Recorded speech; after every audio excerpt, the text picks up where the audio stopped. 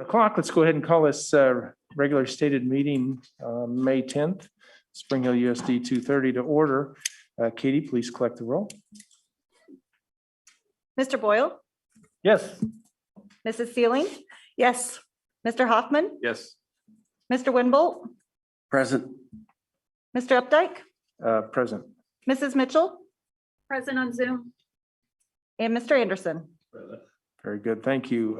Next item of agenda is approval of the agenda. So moved. It's moved and seconded for the approval of the agenda.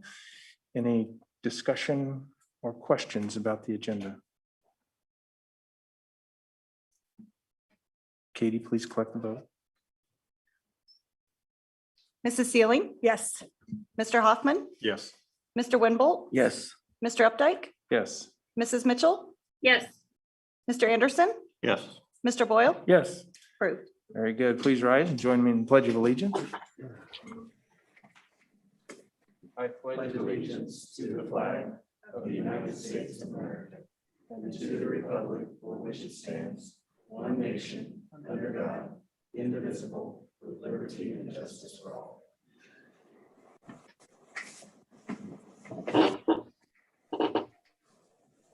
Very good. Well, welcome everyone. Thank you for coming in this evening. We always appreciate having presentations. Looks like the volunteer club is here, so it'll be interesting looking forward to that presentation. And let's move on to our set of recognitions, which I'll turn it over to Dr. Burke. Right, and we're going to start with the volunteer club. So it must be May because they're here to talk to us about all the great things that's going on. So whoever starts, you're more than welcome to come up.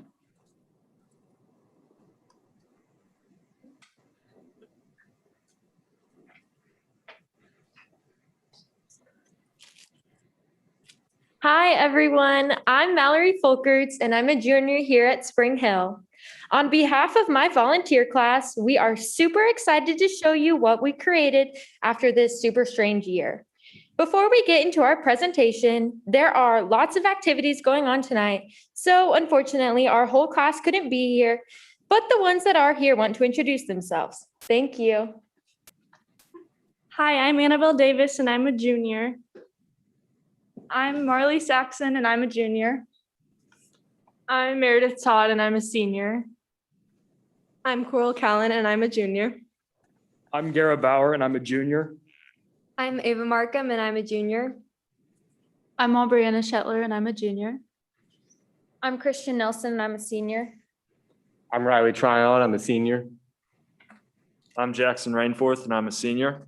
And we've also prepared a video for you guys to watch, so please enjoy the video.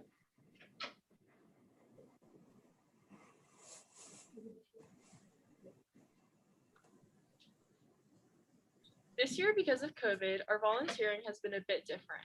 In a typical year, we spend the week at the elementary schools in our district with our adopted grandparents. We would each also be in charge of putting together one volunteer project a semester. For example, we would volunteer at Mission Southside, food kitchens, domestic violence shelters, etc.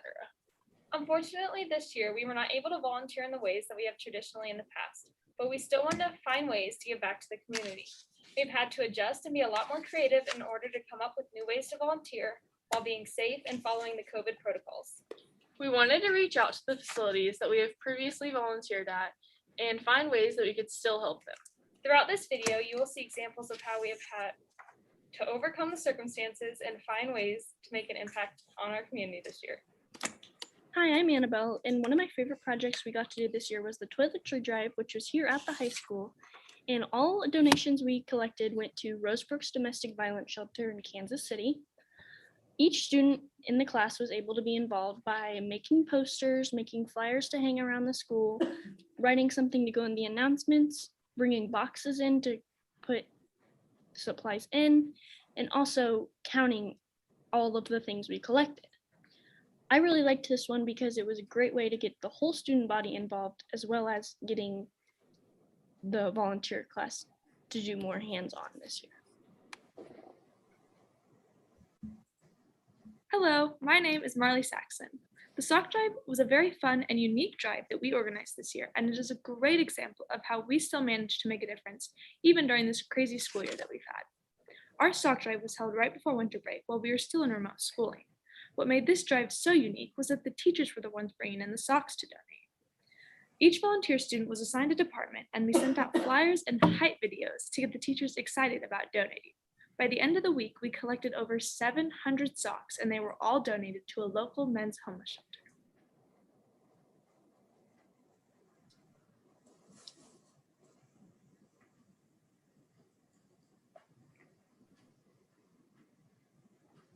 Hi, I'm Coral Callan, and I'm going to be talking about the Advice to Our Middle School Selves project. I personally love this project because we got a chance to share some of our personal experiences and lessons with the middle schoolers. When I was in middle school, I felt like the high schoolers were all-knowing, so getting their advice meant the world to me. And with this project, we got to be the high schooler, and I loved that. We also got to interview an adult about their middle school experiences. It was really great to hear their perspective. All in all, I feel like we made a big difference with this project, and I really enjoyed it. I could give advice to my middle school self. It would be to put yourself out there as much as possible. Go to all of the sporting games and events. Don't be nervous and talk to other people, make friends, and most importantly, be kind to everyone. You will be with these same group of kids all through middle school and probably high school. So just be yourself and get to know as many people as you can while you're at it. My name is Karen Clooney. My activity was the Read Alouds. The Read Alouds was an opportunity for us students of the volunteer class to record ourselves reading a children's book. These videos are used for exploring literacy and a break during the day.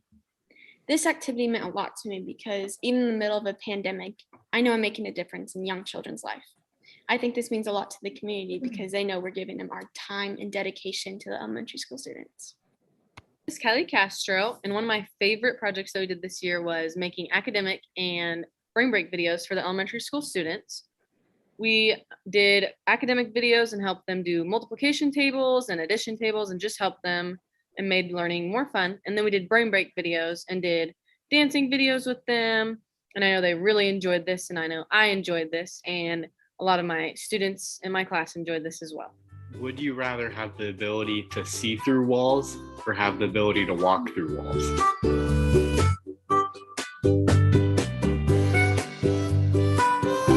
Would you rather be covered in fur or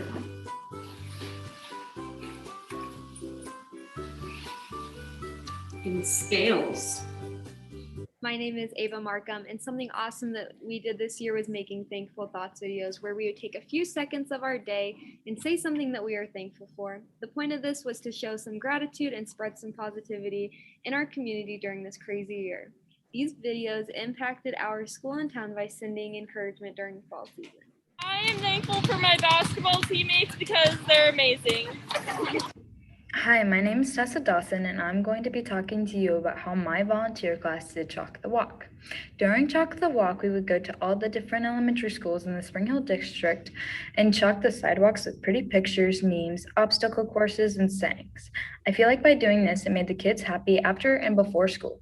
It was super fun when doing this, and it was my favorite project by far. One, because we got to go outside, and two, because it made the kids happy. Birthday shout-outs was a great idea for us to make an impact on the elementary schools this year. Due to COVID restricting their birthday parties, we wanted to lift their spirits by sending them a fun video from their special day. We love coming up with new ideas every time to make them happy. Y'all, this is Brooke, and I am bringing you a blast from the past because I heard that Evan's birthday was this August, so happy belated birthday. I hope you had lots of fun and lots of cake and ice cream. Restrictions this year, we as a volunteer class were forced to put our brains together to come up with new and creative ideas to replace our usual yearly plans. Thus, I came up with the idea to revamp the Flat Stanley project. As a class, we sent Flat Stanley cutouts to Miss Ozier's 5th grade class, and they then sent them back after decorating them. We each took a flat student on an adventure to do a couple of their favorite things, and then made a scrapbook of all the places we explored together. The kids loved the finished products, and our volunteer class had a lot of fun taking the flat students around town.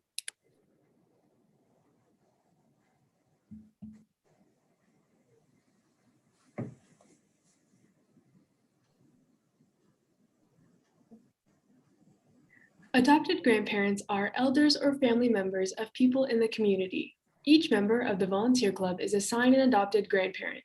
Every other week or every few weeks, we write to them, catching up with each other, ask how one another is doing, share some fun stories, and so much more. Not only do we write back and forth with each other, we also include them in some of the projects we do throughout the school year. I love this activity because it is a different way for us to contribute to the community, and we're able to connect with people we would have never met before, and that's something that I will cherish. Hello, my name is Hannah and I'm a junior. In April this year, the Volunteer Club and Student Council joined up to host a food drive. The incentive to donate food was that the teacher who was given the most food would receive a pie to the face. Students brought in cans for a week, and at the end of the week, the teacher with the most food was Miss Larson, our life skills teacher. She ended up getting a pie to the face, as well as Mr. Gerhardt, our gifted and credit recovery teacher, who got second in the competition. We collected over 700 cans of food and donated them to the Spring Hill Food Pantry. It was great to be able to have a direct positive impact on our community.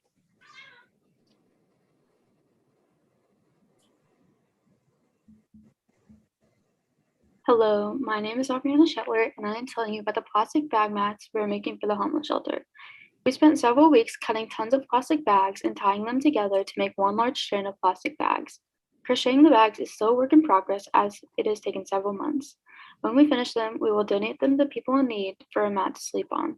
This helps the community by recycling bags and giving back to the less fortunate. It's a lot of work on our part, but will pay off when you hear the positivity coming out of it. I'm Garrett Bauer. I'm telling you about the packets that we did during the school year of 2020 and 2021. We made packets for Salvation Army with crafts, coloring sheets, and nail polish for moms.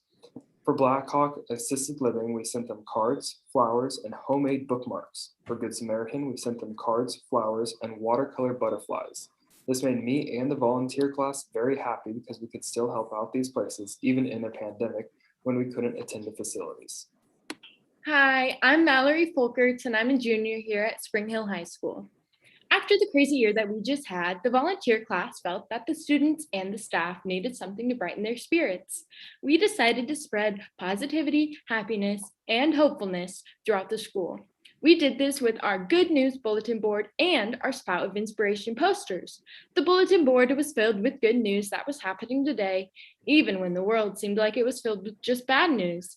The posters had inspirational quotes written on them, then placed all around the school for students and staff to read. We have done so many impactful things for the community as a class this school year. The volunteer class has been my personal favorite class ever these past 2 years that I've been able to participate.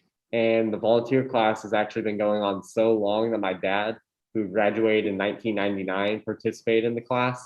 And here I am graduating 22 years later, and I get to say the same. The volunteer class for me has taught me a ton of important lessons that I can apply to everyday life. It also allows me to give back to my community that I live in and the communities around us, which I've always enjoyed. Volunteering is a huge part of my life, and this class just makes it more present, and it also makes it really fun to do. So I'm glad that I've been a part of this class for the past 2 years. It's been one of my favorites. It has a big impact on me, and more importantly, it impacts the people around me greatly. We would just like to end this presentation by thanking you for allowing us to do this class this year, and we'd also like to thank you for this time to come here and watch this video.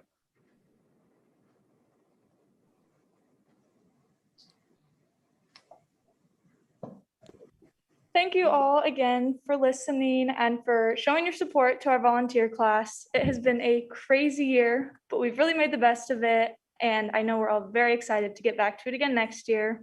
Does anyone have any questions for us or for our sponsors?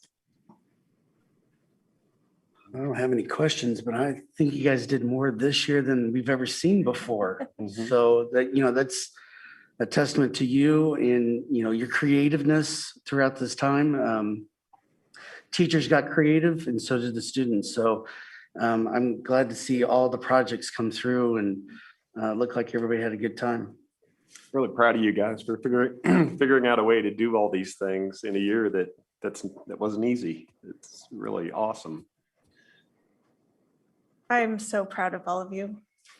I really am. I almost got teary watching that because I can tell you that my elementary student and I walked through the elementary schools at night, afterwards, and it was something he looked forward to after you had chalked their walk. That was really, really cool. wanted to be out, wanted to see friends, wanted to show his brothers and sisters what was on the sidewalks. So that was really fun.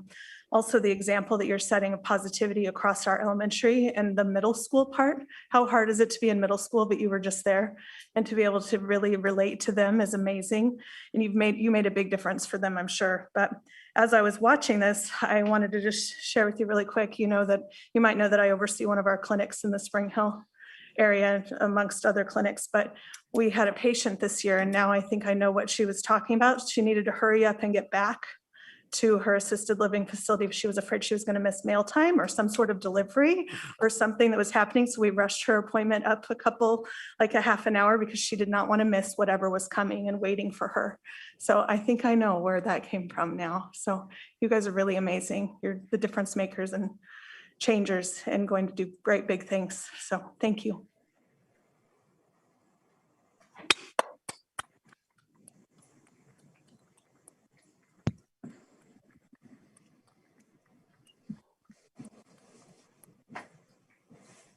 Well done. It's fantastic to see this. I heard a consistent theme. Well, we couldn't do this. It's been a difficult year, but I don't see that. My count was 14 projects out of 36 weeks of school. It doesn't seem to me like it impacted you at all.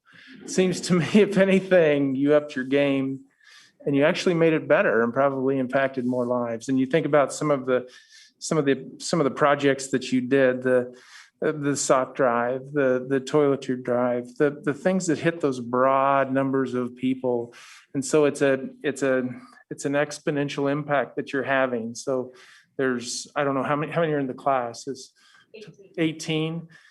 And so 18 people made the difference in who knows how many lives, thousands of lives. And it's something you should be very proud of and really continue to grow and develop. But we're very proud of you here at the district too. So well done. Well done. I was going to say, that is just amazing. And not very many high schools have a volunteer program. And whenever I hear someone worried about the future, they've never sat in a meeting like this and heard about all the amazing things that you're doing. And I can tell you, when I was in high school, we didn't volunteer like you do. And so what I want to encourage you is, once you graduate, to continue doing this, giving back to your fellow people. But this is simply amazing.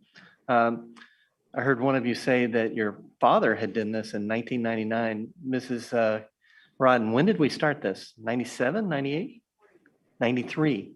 Wow. So we've been doing this a long time. So continue to move forward. I am kind of sad that I didn't get to hear Mr. Milroy doing Old MacDonald. Kind of hoping that video might be on there, but pretty amazing. Congratulations, guys.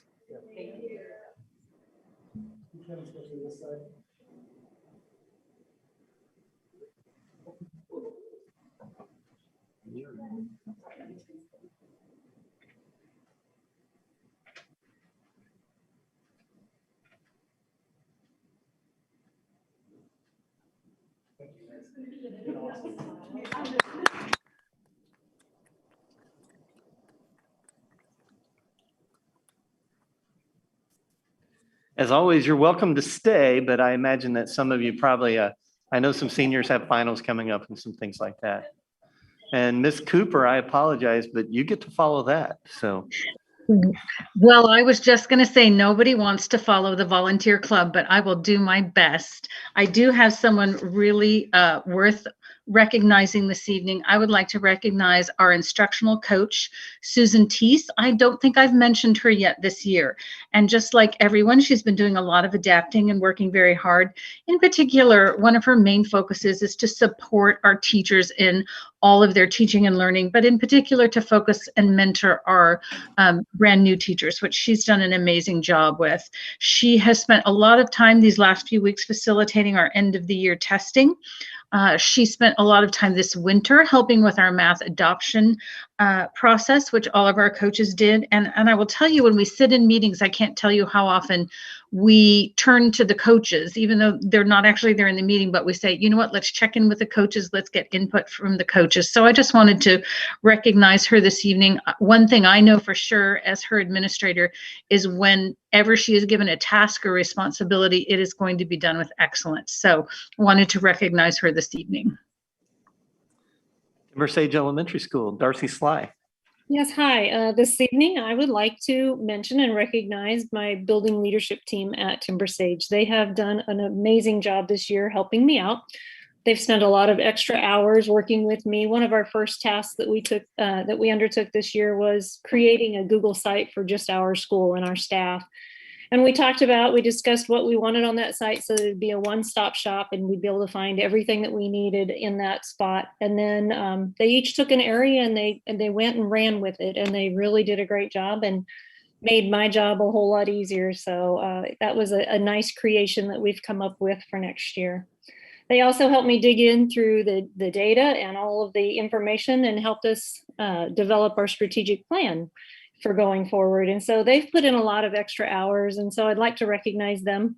It's Katie Donnell, one of our kindergarten teachers, Tamara Stipsitz, a first grade teacher, Melissa Snow, second grade, Adrian Beasler, third grade, Megan Daniels, fourth grade, Shelby Thomas, fifth grade, Lisa Konzum, our instructional coach, Ariel Jankers, she's our STEM teacher, Susan Wells, one of our special education teachers, and Abby Robertson. Those ladies have put in a lot of extra time, and I really appreciate all of their help.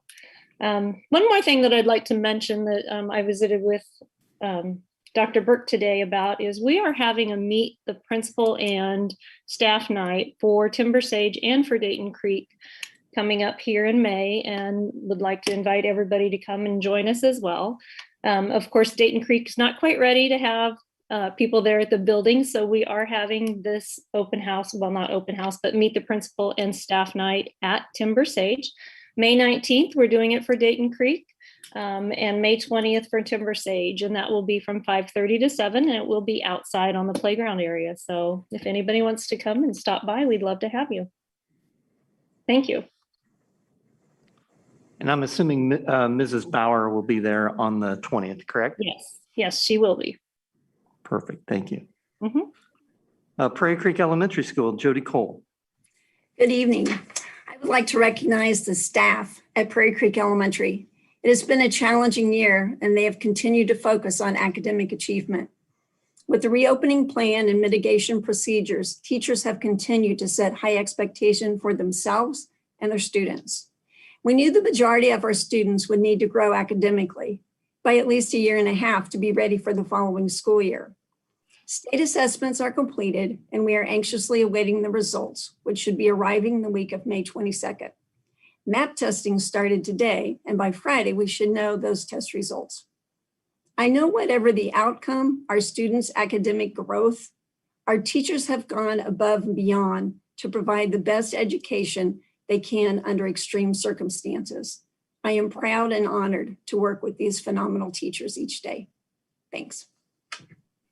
Spring Hill Elementary School, Tammy Endicott. Good evening. It was kind of hard for me to choose tonight. I could think of so many different staff members that I could have recognized tonight because of the great jobs they're doing. But I did want to mention Michaela Dollinghouse. She is a second grade teacher who was in charge. She's in charge of our student council. And so they did, every year we do Pennies for Patients. And the Lymphoma and Cancer Society actually recognized Michaela for her hard work in raising the money that we did on a year that is not typical. And they had to do things a little bit differently. And they talked about how easy Michaela was to work with. So I got an email saying that they had recognized her for her hard work for Pennies for Patients. And then I also wanted to recognize our, I don't know if I've talked about her this year or not, but our school psychologist. I mean, I can't stress enough how wonderful Amanda Foster is. And we've worked together for a very long time. And it's great when you work with somebody like that, who's in such a leadership role, who we can kind of read each other's minds. We kind of know what we're thinking, what each other are thinking, but she's just been putting in so many hours and such hard work, attending all kinds of IEP meetings, testing, writing reports, being a leader in the building. And even with all of that, she still, if I ask her to do anything, she steps up and will help anybody in the building. So I wanted to recognize her because I know she's really slammed this time of year and just really working hard and always positive no matter what is going on. So I really do appreciate both Michaela and Amanda Foster. Woodland Spring Middle School, Rod Sprague.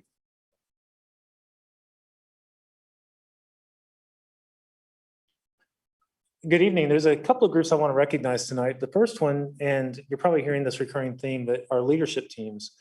My leadership team has been working with me on the strategic plan, getting a lot of the data collected, analyzing data, presenting to staff, talking with staff. And one of the things I always tell people is I don't like yes people. I want people that are going to argue with me, like people who are going to challenge me, and like people who are going to stretch my ideas and force me to grow. And this team has done a tremendous job. Matter of fact, today we were looking at some data and we were trying to decide, where do we want our goal to be? And the passion that they argued with, matter of fact, I just kind of sat down and let them go for about 30 minutes and finally said, okay, guys, wait a second. We got to come to a conclusion at some point. And they did a tremendous job. They've enjoyed it. Matter of fact, one of them, as we were walking out tonight, thanked me for giving them the opportunity to go through this torture. And they've done a tremendous job. And I'm really proud of them. I want to recognize each one of these people: Jolene Rutledge, Zach Harwood, Amy Berman, Megan Sandberg, Jessica Gazzano, Jessica Domi, Shauna Gower, Paul Carter, Sheldon Pipkin, and Autumn B. Shore. They've been a tremendous team to work with, and we have loved every minute that we've been in the room working together on this. The other group that I want to recognize are our track coaches. I don't know if you drove by the high school this weekend, but there were thousands of people, hundreds of athletes, and just a tremendous experience, both Friday night and Saturday night. We did our field events on Friday night, did our running events on Saturday, and it was really cool to watch. Saw a lot of tremendous competition. This meet gets bigger every year. The really cool thing is I saw some things Friday night that I have never seen at a middle school level. Some near league records almost broken, that were set many, many years ago before my time. And it was pretty phenomenal. There was actually one league record that was broken on Saturday that I do want to mention. Many of you will remember Dylan Brenneman. He set a record in the 2 mile that we thought never would ever be broken. And Logan Beckman this year from Woodland Spring ran that event and beat Dylan's record by 23 seconds. Wow. It was pretty phenomenal. And it was really funny because I heard everybody in the stands going, man, that kid's legit. He certainly is. Our track coaches did a wonderful job. Tucker Woofter, Ryan Bechtel, Angie Tower, and Alicia Von Stein. And most importantly, what I've loved about those guys is watching the relationships they're building with kids and watching the excitement the kids have. Even kids that aren't successful really in track, they're trying something new for the very first time. They're making them feel like they matter and they're important. And that's what middle school athletics is all about. So it was a great experience, and I'm really proud of all of our kids. Spring Hill Middle School represented very well, and all of our coaches, they did a great job. Well, Trevor Gertson is coming up. I'll remind the board that Dylan Brenneman is at Kansas State University running on a cross-country and track scholarship. So to break his record means that we have some phenomenal talent coming up. Mr. Gertson, Spring Hill Middle School. I wanted to recognize my front office group. They are in so many ways, kind of the lifeline, the front face of the school each and every day, receiving all the phone calls of people coming in, staff members coming in and out. So Michelle Harris is new to us this year, has done a great job at taking kind of that main front office spot. Amy Duncan has been with us for many years and continues to be a great service to our team. Brittany Dutton is new to us this year and been an addition with kind of our COVID resources. And she continues to be a leader and put herself out there, as well as the rest of our front office. Lloyd Gallagher is our lead custodian, not necessarily the front office, but as you know, lead custodians are very much a key part of a building and a key part of helping our building thrive every day. Mika Bauer as our instructional coach. Andy Gloshin is our school psych. I believe a school psych was mentioned earlier. They are so pivotal, and having them in the building has been a wonderful, wonderful resource for us this year. And of course, Callie Weitzel, assistant principal, and then Becky Riffle, my counselor. And so just very grateful for the work they've done this year and just helping us make it through a challenging year, but really feeling like we're coming out of that and really proud of the work we've done this year. Spring Hill High School, Mark Williams. So this isn't my recognition, but I was at the track meet on Saturday. And first of all, it's kudos to you guys for giving us the opportunity to have a facility like that to be able to host an event. There was a lot of people, and it is really cool to be able to do something like that. And then coming up here in the future, we're getting ready to host 5A girls state soccer in our complex, so that'll be exciting. But I really want to bring 3 people to your attention: Anna Klein, Alex Winkler, and Carrie Rodden. These 3 individuals spent a great deal of time planning, creating, organizing, putting it together, supervising a very successful prom for our students.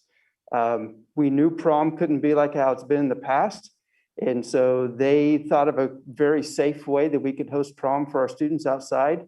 Luckily, the weather held off, and we did a successful red carpet at the football stadium on the track there. And then we had a very large tent in the back parking lot with heaters to help keep it cool, with the sides open to help with the air circulation with that. So I just want to give them kudos for their hard work on that, and the compliments for them. Also, Anna Klein deserves a little bit special recognition. She is a paraprofessional for us. She gives her heart and soul to Spring Hill High School. She has been overseeing prom for 24 years. And she says, "I'm done, Mark." So I have to find the tough replacement after that. So I'd really like to recognize Anna Klein for everything she's done for us. Thank you. Spring Hill Learning Academy, or Spring Hill Early Learning Academy, Stephanie Barnhill. Good evening. As the school year comes to a close, I want to take a moment to recognize all the people responsible for making this school year a success at the Spring Hill Early Learning Academy. The parents and students have been patient, brave, and resilient. Spring Hill Early Learning Academy parents have been amazing. Their support, cooperation, and trust in sharing their young children with us is to be commended. Teachers and paraprofessionals have been phenomenal in their never-ending diligence with the mitigation protocols, keeping students and staff safe. This allowed our students to attend classes with minimal disruption to the usual early learning routines. The instructional staff also took on a new challenge of beginning to redesign the early learning curriculum, creating learning opportunities through real-world experiences and play. Therapists, specialists, and school psychologists remained flexible and available to help out when needed, while also ensuring students were receiving their individualized services as scheduled. In addition to the district support personnel who continue to work tirelessly to maintain our buildings and keep our technology running, I want to recognize the lead secretary, health aide, and custodian who round out our early learning team. These 3 ladies are always available, and no matter the task, they will rise to that challenge. I'd like to finish by thanking the Board of Education, Dr. Burke, Mr. Wilson, and Ms. Ajados for your encouragement and support throughout the year. Thank you. Nutrition Services, JC Dalton. Yes, I would like to just give an update on the summer food program. We are going to be able to offer summer meals to our families again throughout June, and we're going to do it every Wednesday. We will have families register like they are now, like our remote kiddos are, and they'll register up until Sunday at 7 p.m. And that following Wednesday from 8 to 9, we will hand out 7 days of lunch meals and 7 days of breakfast meals plus a gallon of milk for each of those signups. So if it's a family of 3, they'll get 3 bags and 3 gallons of milk. So we're looking forward to it. And this is all at the expense of the USDA because they have extended the waivers that they put in place with COVID. So we're looking forward to feeding our families. If you guys have any questions, just let me know. Special Education, Cindy Jaldos.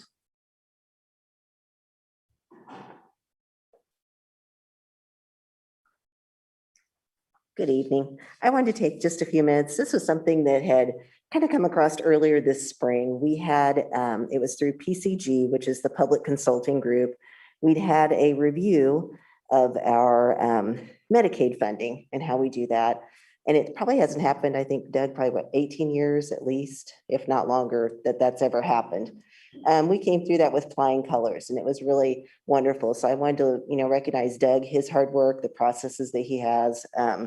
We've got some really nice documentation by our therapists who do a nice job. And then the people within our office, April Neal and Nicole McLaughlin, of really keeping things really highly organized and nice with that. So I appreciate that very much. I also wanted to recognize principals. They've been a tremendous support this spring. Since spring break, we've conducted about 50 interviews, screening interviews, other interviews, And that would be a hugely daunting task, but they have stepped in anytime I've said, hey, come on. And not just because they need somebody for their building, but just a genuine willingness to help out. So I appreciate our principals very much with that. Inside in the Kansas Virtual Academy, Cassie Martin.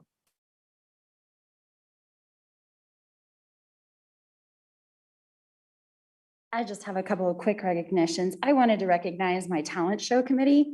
This year, I tasked them with doing not one, but two, a fall and a spring. And they rose to the occasion. And it's just so much fun to watch the kids get involved and share their talents, even though they don't get to be in the building with each other. And so I had Erin Broadbent, Bree Brooks, Courtney Burdick, Letsy Crable, Ashley Hopkins, Carissa Howie, Angela Patterson, Sarah Haar, Chris Swearingen, Tammy Walters, Kathleen Welsh, and Carol Ann Wilson. And then the leader of the group was Ashley Larimore, and they put on a couple of great talent shows, and it went over really well with all the kids. I also want to give a kudos to my operations team, Liz Bucati and Holly Henry, especially. We just wrapped up a 3-year compliance internal review and raised our score with the Stride audit and compliance team, and got some of the highest scores ever seen in the company. So we were really excited about that. And it's always good to know we're staying on top of things and doing what we're supposed to be doing. So thanks. Buildings, grounds, maintenance, Kylie Delphia.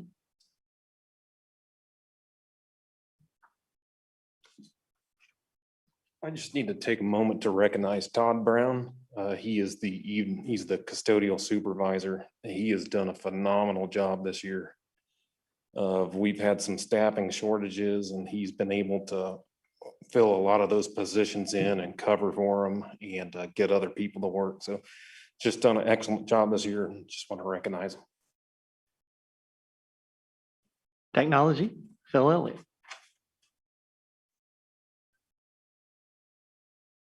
First thing I would like to say is that when Mr. Williams mentioned Anna doing the prom for that many years, I made it for 4, and it was all I had. So she really deserves some tremendous credit, because that is some work. I did want to recognize Gary Laws. He's announced his retirement and be retiring at the end of the year.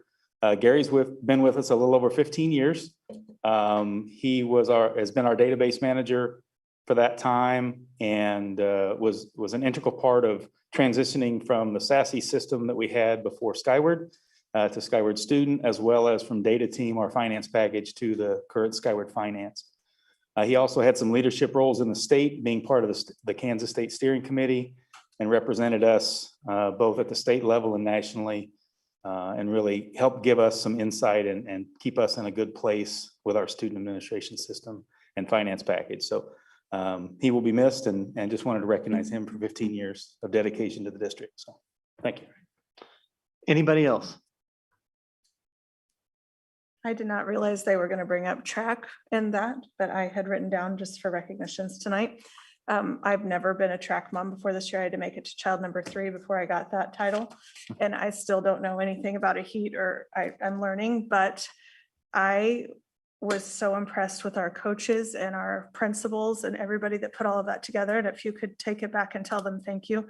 I overheard on multiple occasions, just walking by, coaches saying things. One of them that's standing out to me said, even when you don't believe in you, I believe in you. I mean, it was like all these moments happening all over the track field that were so amazing. So I just want to give a shout out to our track coaches and our principals and all the people that made the track season possible this year. Thank you.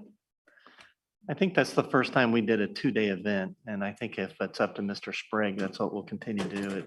To be honest, it was kind of nice that the throwers and the jumpers and everyone had just kind of an opportunity to be highlighted. And if you're a track parent, or you've been to a track meet and your kid does multiple events, a lot of times they're getting ready to jump or throw, and then they get called to do a heat, and then they have to go back and forth. And sometimes kids really shine in an area such as throwers, and sometimes they don't really get the recognition that they deserve. Sometimes jumpers, you have long jump and high jump and pole vault and all that. And a lot of times they're going back and forth, and it seems like there's a lot of recognitions for the runners, but not a lot of times do everybody focus on that. So having a 2-day event, I thought, was pretty amazing. getting to watch the kids who got some focus on them that maybe don't always get the focus. That was really cool. So kudos for you for doing that. And if the league you can talk them into doing it in the future, I think they saw something that was very successful. I thought it was really cool that the runners also all went on Friday night to watch the fielding events.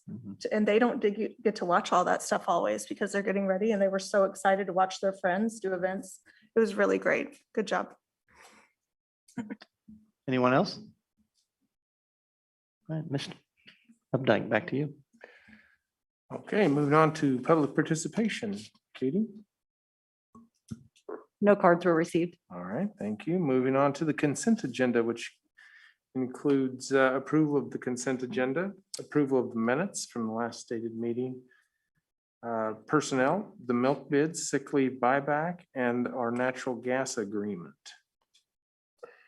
Questions or comments on the consent agenda?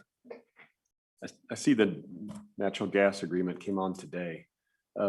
Is this, after reading through it real quickly here, is this only that we signing a statement that says we may participate? Yeah, I think that at some point, if we would want to back out, this doesn't obligate us.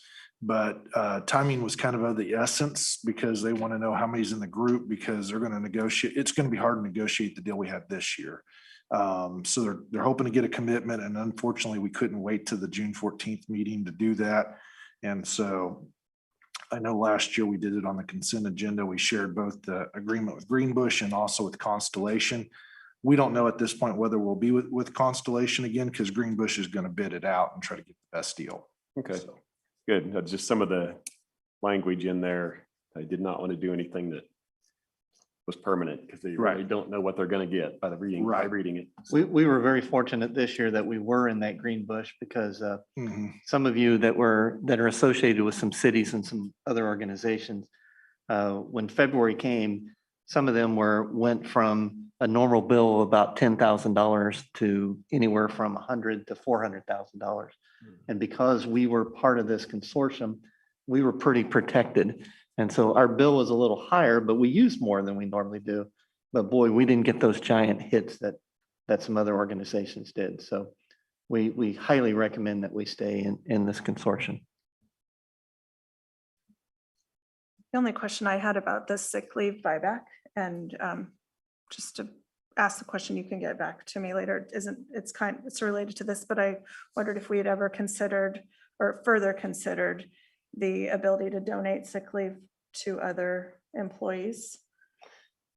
That is something that we would negotiate. And I'm going to tell you, I've had experiences in other districts. That is not a good idea. Okay. I mean, I can tell you that the Teachers Association may disagree, but there are some pitfalls that come up with that. So if we come up to a point where they want to negotiate it, then we will certainly sit down and discuss them. They did not earmark that as a negotiation for this year. Okay. Any other questions or comments on the consent agenda?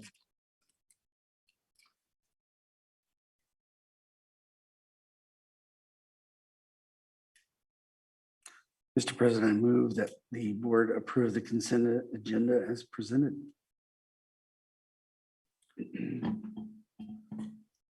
Second the motion. It's moved and seconded to approve this consent agenda as presented. Any final questions or comments on the consent agenda?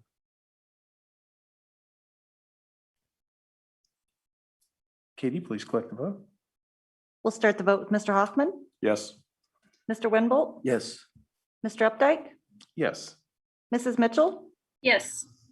Mr. Anderson, Yes. Mr. Boyle, Yes. Mrs. Sealing. Yes. Approved. All right, very good. Moving on to action items. Our first action item of the evening is the building handbook changes. Dr. Burke?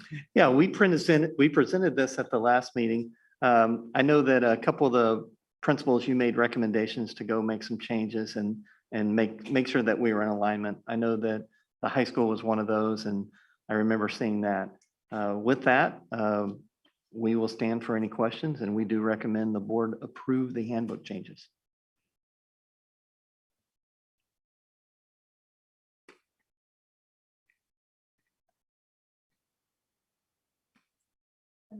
This is effective after the last day of school. Is that correct?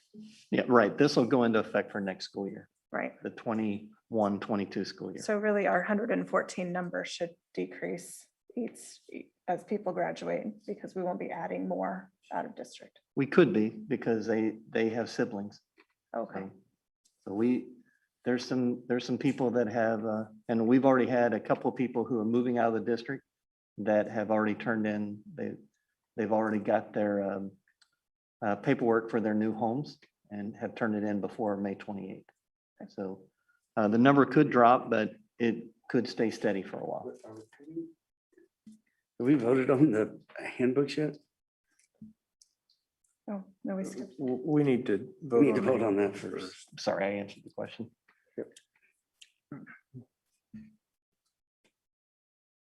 Mr. President, I move that the board approve the building handbook changes as presented. Second.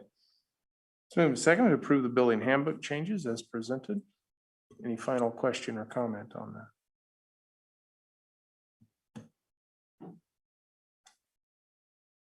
Katie, please collect the vote. Mr. Wimble, Yes. Mr. Updike, Yes. Mrs. Mitchell, Yes. Mr. Anderson, Yes. Mr. Boyle, Yes. Mrs. Sealing, Yes. Mr. Hoffman. Yes. Approved. Next action item is consideration of out-of-district students policy. Dr. Burke. Yeah, I was going to continue. I apologize. We do have 114 out-of-district students. These are non-employees' children. We have had a couple of families that have already turned in their paperwork that they are they are moving out of the district, but they would like to have their children stay in. And so they did do that before the deadline. Plus, this has not been approved yet. So that is something that is part of that. Two things that we were looking at here when we wanted to talk about the out-of-district students, and we do have the policies in there. JBC, Greg Goheen put this together. Two of the things that we're looking at is, one, we had a loophole with our virtual school. And what that loophole is, we think that we have cleaned that up and fixed it. The issue that we had is the board has said that you can't come in from out of district. But if we allow a student in through the virtual school and then we can't meet their educational needs through the virtual school, then they could have did a way around it, such as special education. And then the state requires us to meet their needs physically. So if it's somebody just living in Olathe, out of district, you may say, well, that's not that big a deal. But if it was somebody in Hays, Kansas, then it's a really big deal. But that was not the intent. That's not what the board had set up when we created this. So that was one of the things that we were closing with that. The other thing is, as I've said before, we have people who have gone here, have been dedicated to our district, and then they moved out. And then they still want their children to attend school. As you can see, 114 students. And as time goes, if this policy goes into effect, those numbers should go down quite significantly. It may take a little while, but depending on graduation and that sort of thing. But the policy change in JH was very simple. It was a verbiage. And so we added the word Woodland Spring Middle School, because that was for activities and so that there's eligibility. The biggest change was in JBC and defining what a resident or a non-resident student was, and then what kind of criteria that they would need to meet in order to continue going to school here. And then we did put the deadline dates in there so that it protects the people that were here as long as their students are still in good standing, and that they are making academic progress, and that we still have space for them. So those people that have kids that were already here and they're out of district, they're protected somewhat. And then the people who are moving out after the deadline of May 28th, they would need to go to whatever school district they move to, with the exception of seniors. So someone who starts let's say that somebody is a senior now, or I'm sorry, a senior this summer, and even though school hasn't started, they moved out, we would go ahead and allow them to graduate. Any other student, if they were to move during the school year, we would allow them to finish the semester. And then at the end of the semester, they would need to go to whatever school district that they were moving into. So with all that, we recommend that the board approve the policy changes for out of school or out of district students or non-resident students. I have a question on JH. I saw that you added Woodland Spring. Can we just, whenever this comes back again, whenever we get the third middle school, can we just say secondary schools? I think it just make it, we're gonna have to change it every time we've added a school. Agreed. We should do that.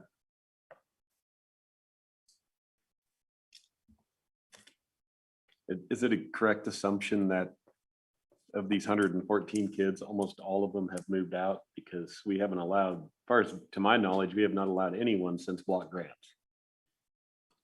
And that's been what? Well, you had, yes, that's a Years? good assumption. 8 years? I don't know. 7 years. 7.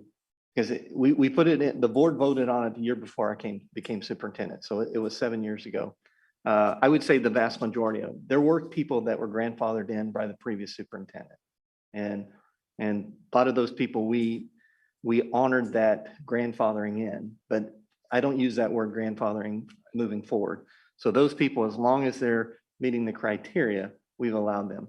When we made that change, the board, Dr. Gehring talked to the board and talked about people moving out. And at that time, the board says, well, as long as they're still a good student in good standing, they're still making academic progress, as long as that we're still have room for them. And when I mean room for them, I want to be very clear. Room means that we don't have to hire additional teachers. So room doesn't mean that you have space in a classroom. Room means that we get to the point that we don't have to add additional staff. But yes, to answer your question, I would say the vast majority of them have moved out within the last 6 years, 6 to 7 years.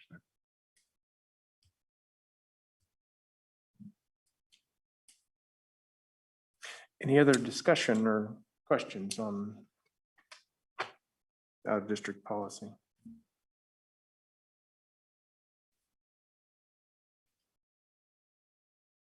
This is an action item. Mr. President, I move we approve the changes to the policies regarding out of district students.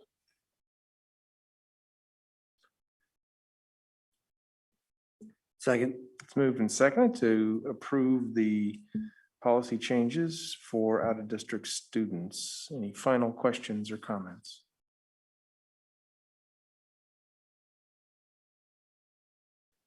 Katie, please collect the vote. Mr. Updike? Yes. Mrs. Mitchell? Yes. Mr. Anderson? Yes. Mr. Boyle? Yes. Mrs. Sealing? Yes. Mr. Hoffman? Yes. Mr. Winbolt? Yes. Approved. Very good. Thank you. You might go through and there's a little bit of cleanup. It looks like there's a lot of dashes where it at one time maybe split the page or something. I think part of that is the program that we use for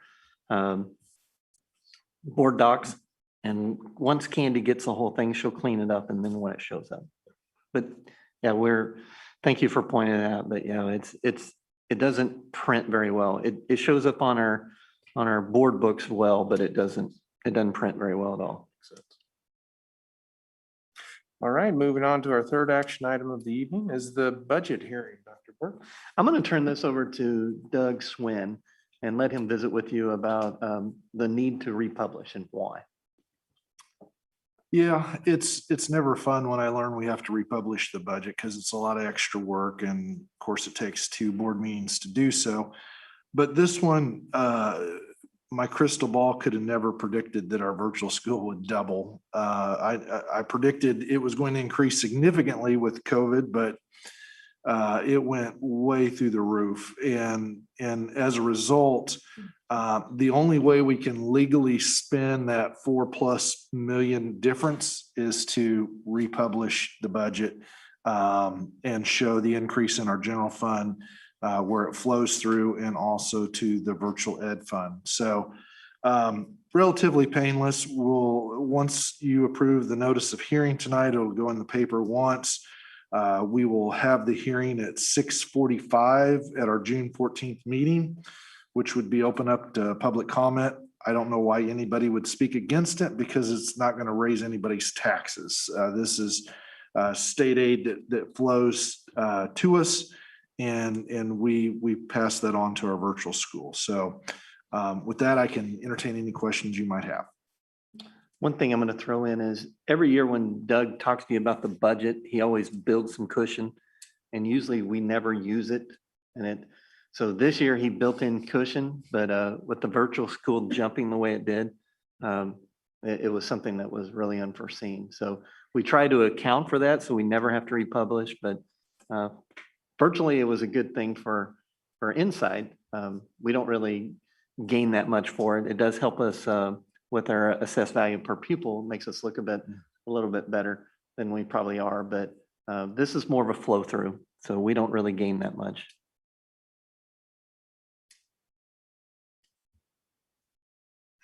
And just for clarification, Doug, and the outcome is that there's no difference in a mill levy, taxes, assessed valuation, nothing. It's just None at all. it's just a budgetary process. It's a formality. The general fund is set at 20 mills. We're still collecting 20 mills. And this is just the state aid that we get based on enrollment. So it comes to us, we pass it on to our virtual school, and it doesn't have any impact on our patrons. Okay. Any other questions on the notice of hearing for amending the budget?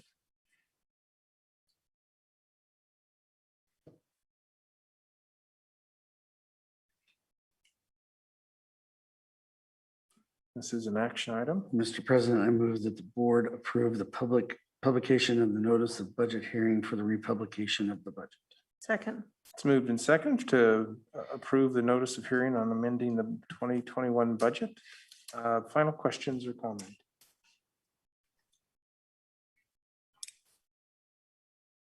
Katie, please collect the vote. Mrs. Mitchell, Yes. Mr. Anderson, Yes. Mr. Boyle, Yes. Mrs. Sealing, Yes.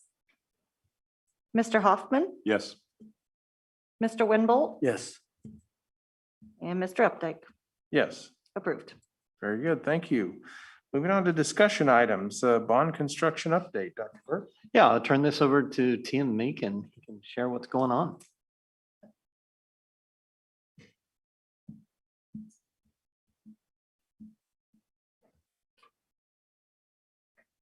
All right. Good evening. First thing you'll notice in the update is in the budget. We have updated the budget to let Mr. Elliott finish getting it in the right position. And so you'll see on those numbers there that it has all.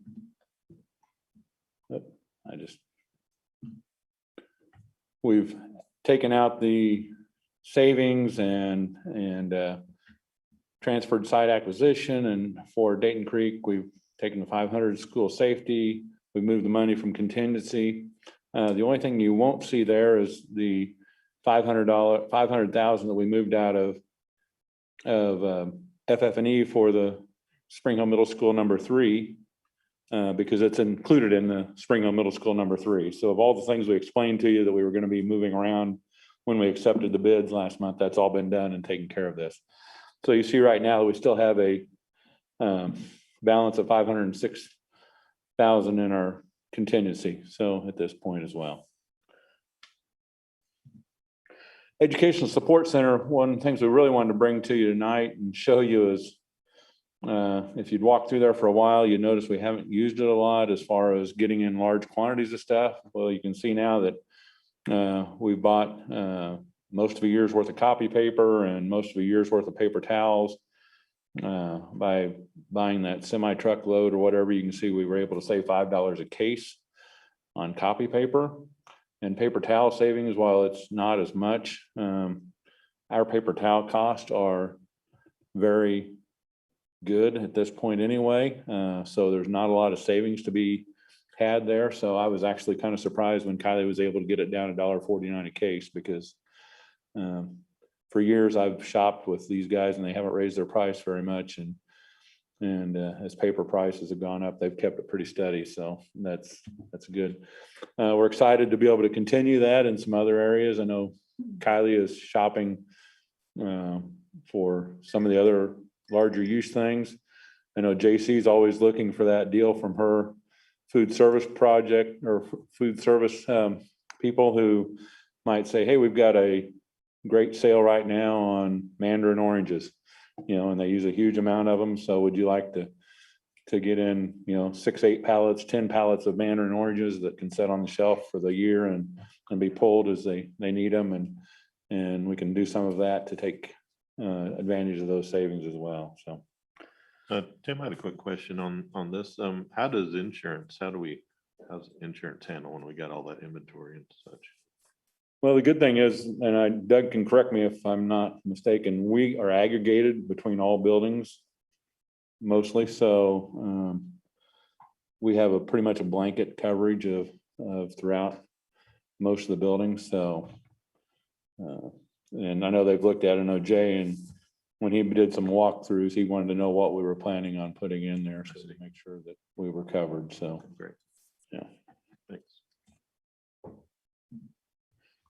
Dayton Creek Elementary School, moving right along on it. It'll be ready for the fall of 2021. Anxious to start getting people in there working, and I know teachers that are going to be moving there are going to be anxious come sometime in July and getting in and getting started working in their room. Finishing the landscaping, finishing the permanent network connection, punch list work items. The punch list is just about completed totally.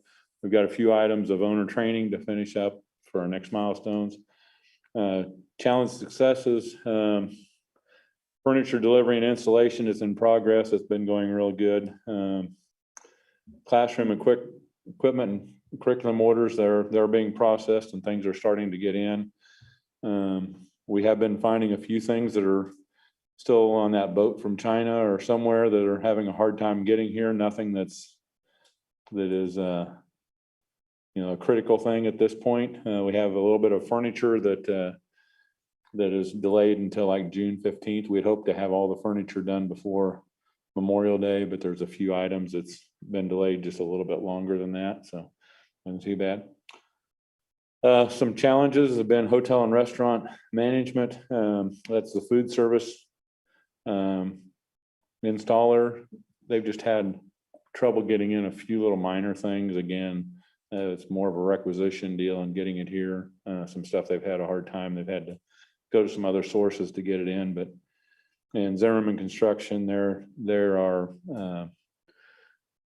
door hardware, some of those things, and there's been some minor little pieces there that have been hard to get, and so it's been some of those parts and pieces, but really right now we're at 99.9% on all of those. There's some minor little things that should be done here in the next 2 weeks. So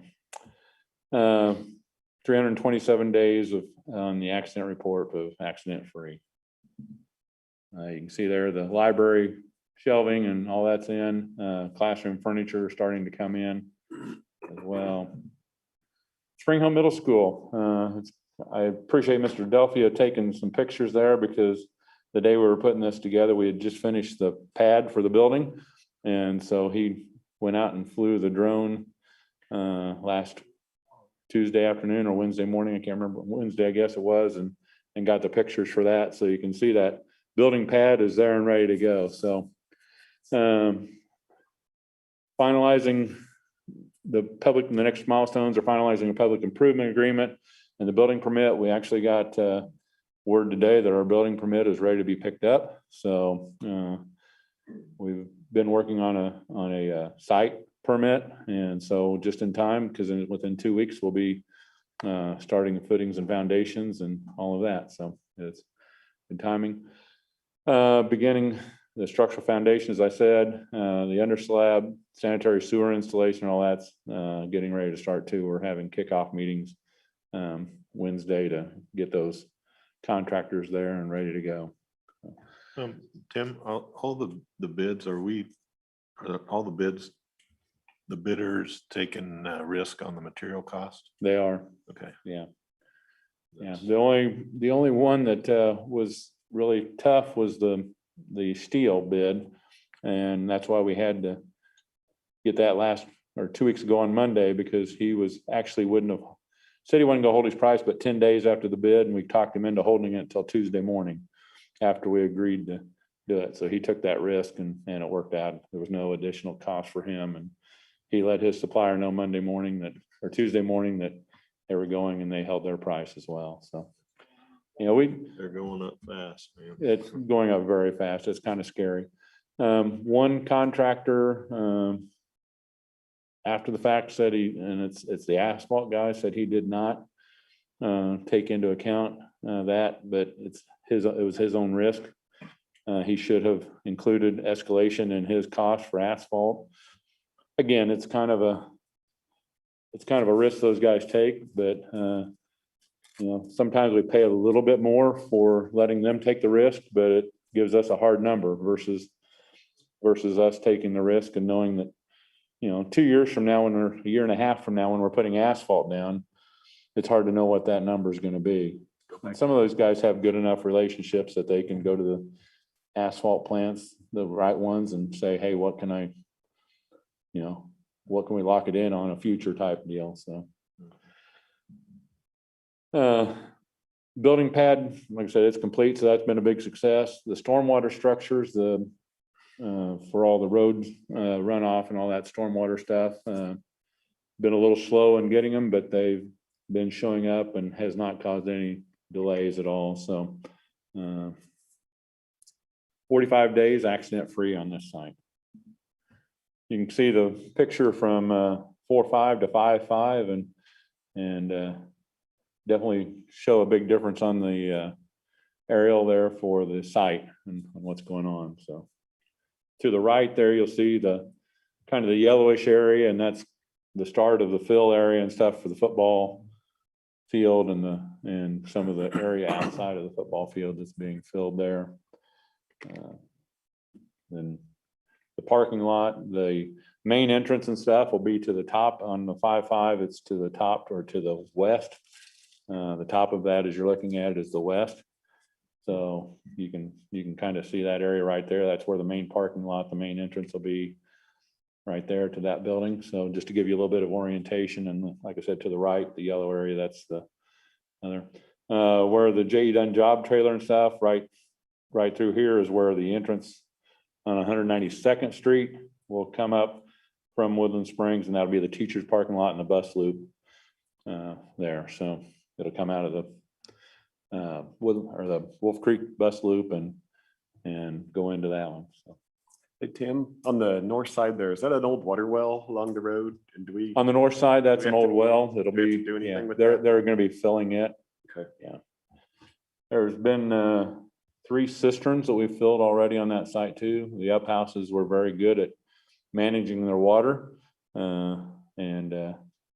So we've had 3 cisterns to fill. There's 1 water well that's not on our property. It's actually on the developer's property too, where an old windmill was down there that it's fenced off and everything else. We're probably going to try to encourage them to, for their own safety, they may want to, it's boarded up, it's fenced off. It seems to be structurally sound right now, but having a lot of middle schoolers around there, they may want to look at doing something to that because it's right there along the stream, basically. So.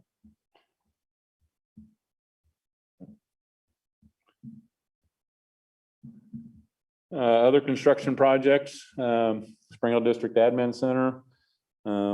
We said we'd be here in May for the meeting. We've had a couple of them luckily in here before that, so it's great. Next things are just trying to complete the financials and the close out of the project. The landscaping and stuff is going, it's getting close right now with the J. Dunn deal. SciTech meeting, media systems, great success in getting this all set up and everything.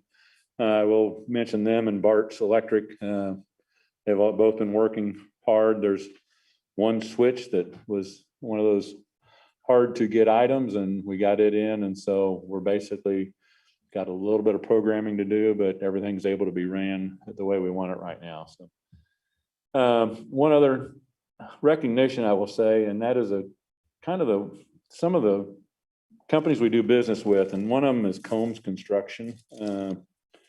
They were did the carpentry package and all on this building and the doors, hardwares and stuff. Friday afternoon, we had a door where a door closer had gone bad and it was slamming. We made a phone call. They had somebody here this morning. The door closer had gone bad. They went and found one, was back this morning, and before noon, they had it fixed and done. And I like to point out some of those people like that we're doing some business with that just do real quality work and really take good care of us. So they've bid on a lot of the Spring Hill Middle School stuff. They did not get awarded any. Combs didn't, but we're working with Zimmerman, which is another company we really have a good track record with as well. So safety report, we had 235 days, 129 again. We'll update that at the very end. We'll ask Jay Dunn for the final numbers on how many days the landscape guys have been here at the end when we close it out, and we'll report that. So a few other projects here. Spring Hill Elementary School paving rehab. It's getting ready to start as soon as school's out. Spring Hill High School tennis court rehab. Again, it'll be starting in June as well. Solar panel project. We continually meet with these guys and getting the final details of everything worked out with them. Trying to make sure we're talking with the farmer to make sure they understand the path we're going so that they don't plant something in the area that we're planning on putting stuff. So that should be, they talk like they're going to be starting just the 1st of June as well. So a lot of things are going to be happening right around the 1st of June and help that summer be busy as ever. Another project you guys are just hearing for tonight, we'll be bringing you back for approval at the next meeting. And that is some roof repairs to the former BOE building at the 101 East South Street. The last couple of years, and especially after the freeze that we had this year, that roof took a significant hit, and in some places where we've done some repairs has opened up pretty big. That's the original roof on the building from back when it was built as a Franklin Savings in late 1970s. So it's performed pretty good for a 40-year roof, basically, or a little over 40-year roof. So we'll have pricing back to you and everything for your approval on the next meeting. This really isn't our project, but just kind of wanted to give you a little bit of detail in case you hadn't heard it. The city's done a pretty good job of promoting it. We were originally scheduled for the day after school was out to close the roundabout out. Dr. Burke did a great deal. I didn't know about us hosting the state soccer at the time, and he gave the city a call and say, hey, we have a lot of people from out of the area and everybody else that's going to be coming in over that weekend after this, and can we hold off until after Memorial Day to close it? And they're going to wait until Tuesday after Memorial Day to close it. You can kind of see the Ridgeview Road area. That's the area that's double hatched there, and that is the area that will be open first. That'll be open before school, so you'll be able to go all the way from north to south on Ridgeview Road. The east and west on 189th Street will not be open at that point. You'll still have to be detouring around to get there. Contractor, they are saying right now, early September 14th, 15th, to have the east side of it open.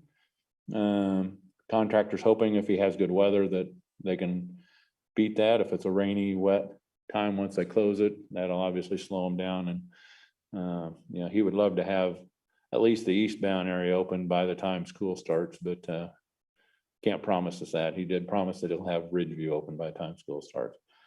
And then the westbound side of 199th Street is scheduled for opening in October. So with the whole total completion of everything around that done in November. So, and there's just a little bit more of the details of the different phases and what it includes for us, so. They done by October is what they're looking at, or what they're hoping for. And they're giving an 1st of November timeframe, so, or early November, so. But that includes landscaping and planting grass and everything else, so a lot of the stuff can be used before they totally get everything out in the perimeters done, so. Yeah. So it'll be a little bit of a headache around here for a while, you know, to get to our office or to get to this building until sometime in September for sure. You know, most likely you'll end up having to go around and coming in from Renner Road or one of the roads to the east of there, so.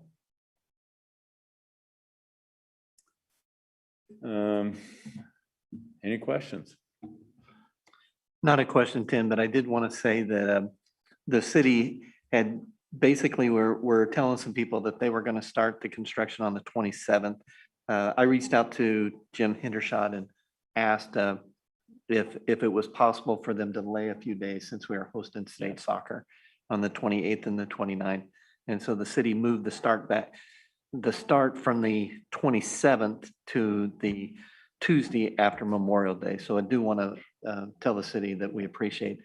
We'll have a lot of visitors into our community, and having that south entrance taken apart would not be good for our community. So certainly appreciate them making an adjustment for us. All right. A lot of stuff going on. All right. Thank you. A lot of moving parts. Any final questions for Tim? All right, moving on to our next discussion item, which is the Ventrac compact tractor. Dr. Burke.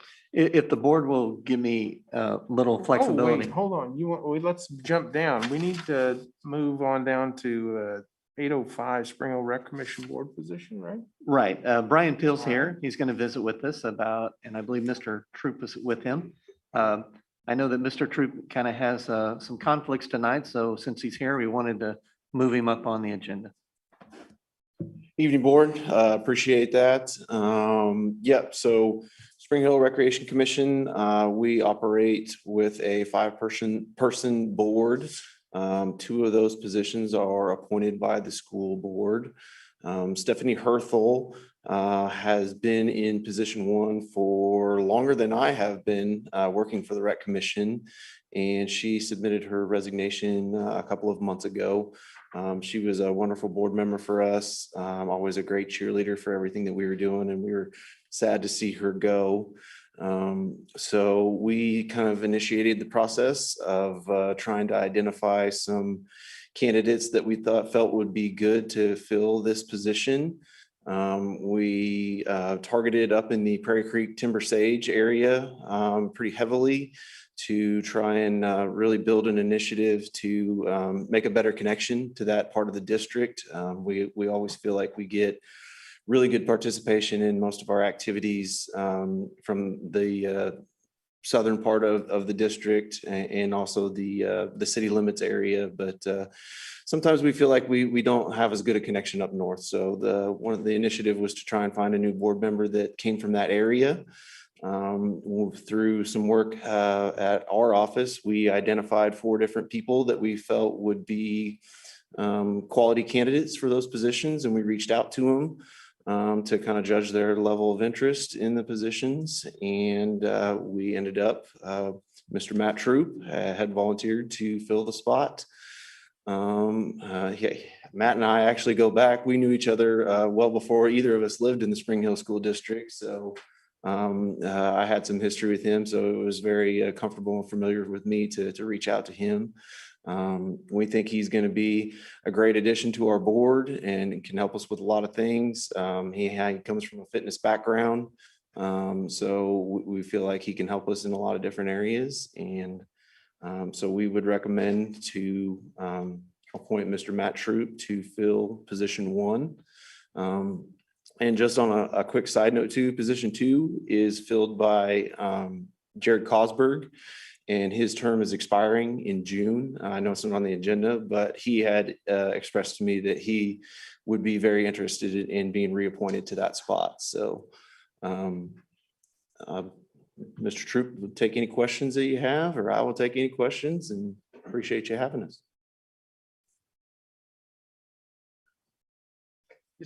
I guess if you could just give us a real quick synopsis of your background and experience. Yeah, like it says on the bio, I was born and raised in Manhattan, Kansas. Graduated with a bachelor's of science in 2004.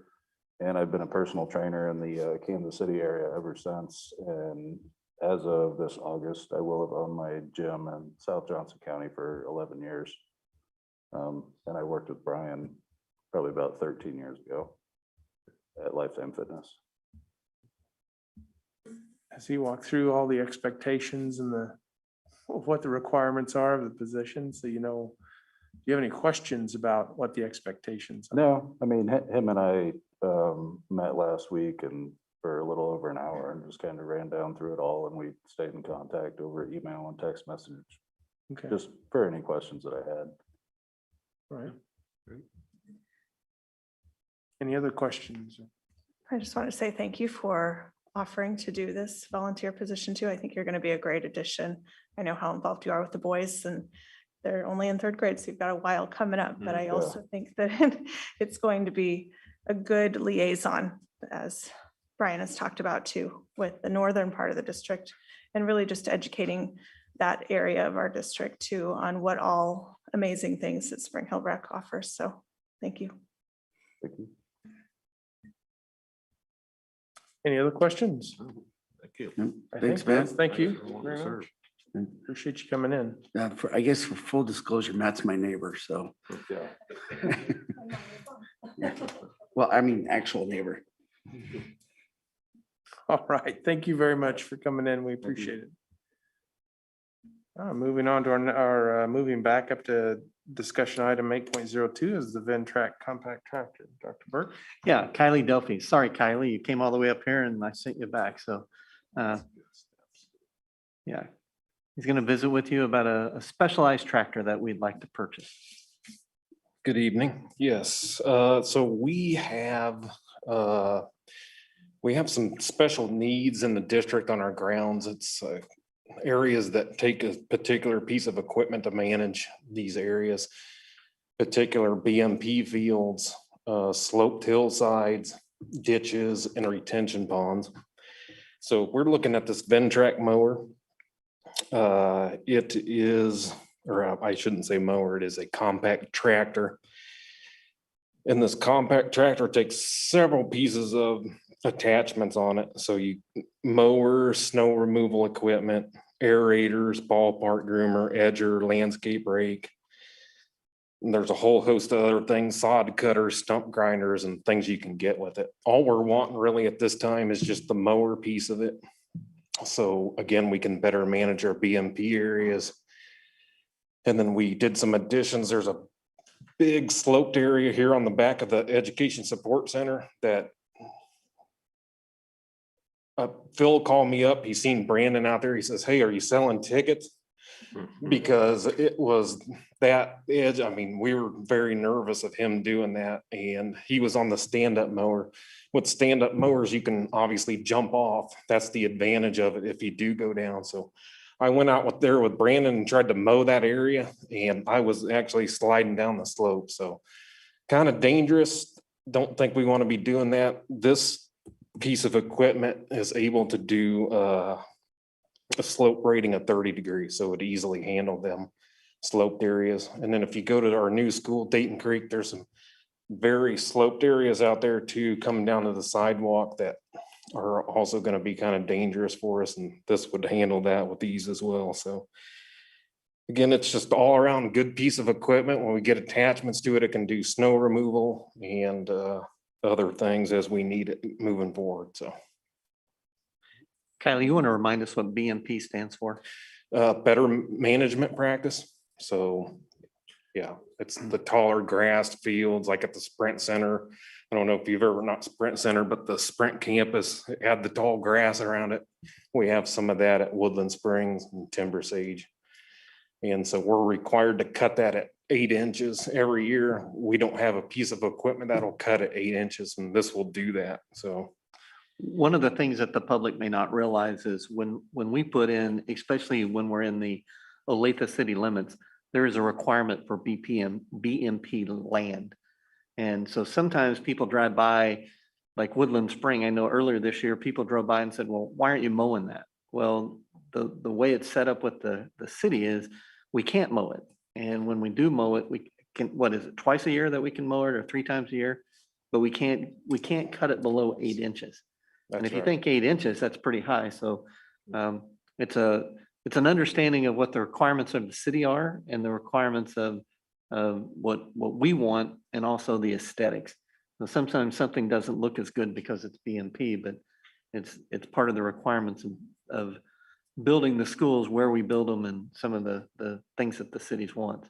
But my understanding also, Kylie, is this, as we're on a hill, this adjusts the cab, right? So that actually, the mower is a contour mower, but it's got 8 wheels on it, and we've added that on to the, if you look at the quote here, it's got the dual wheel kit there. It's basically got 8 wheels, so it's got 4 wheels up front, 4 wheels up back. So it gives it a wider stance, and it can better handle those slopes. So Is it articulating? Yes.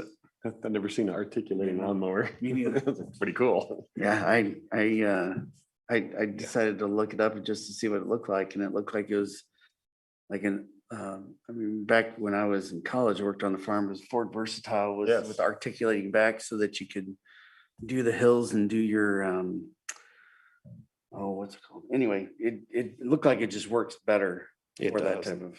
And we did demo it too. So we did have a demo out. Very nice piece of equipment. And also Turner Schools, I spoke with Chris Crockett. He's the director of facilities there. He has one. Loves the machine, highly recommends it. And then also Olathe Schools, I spoke to Darren Dietz, and also with them, they just use it for snow removal at Olathe, but highly recommended it too. So we're asking all our employees to be really safe. And so I think they need to have good equipment to be able to do that. Absolutely. And I think it's a multi-purpose tool, right? I mean, and it's not only for this best management practice area, so we can mow that according to the rules, but it's also on this berm out here, right? And there's multiple places that that have these berms that are beyond the safe operating limits of the stand-up mowers. that's correct. Okay. And there's several other pieces, attachments. I encourage you to look at it online. Yeah, I was looking at it. It's got so many attachments you can put on it. So as we're growing and there's other needs, we could purchase other attachments to better serve the maintenance around on the ground. So. All right. Any other questions? I'm just curious where it's being funded from. What capital outlay, I believe. Okay.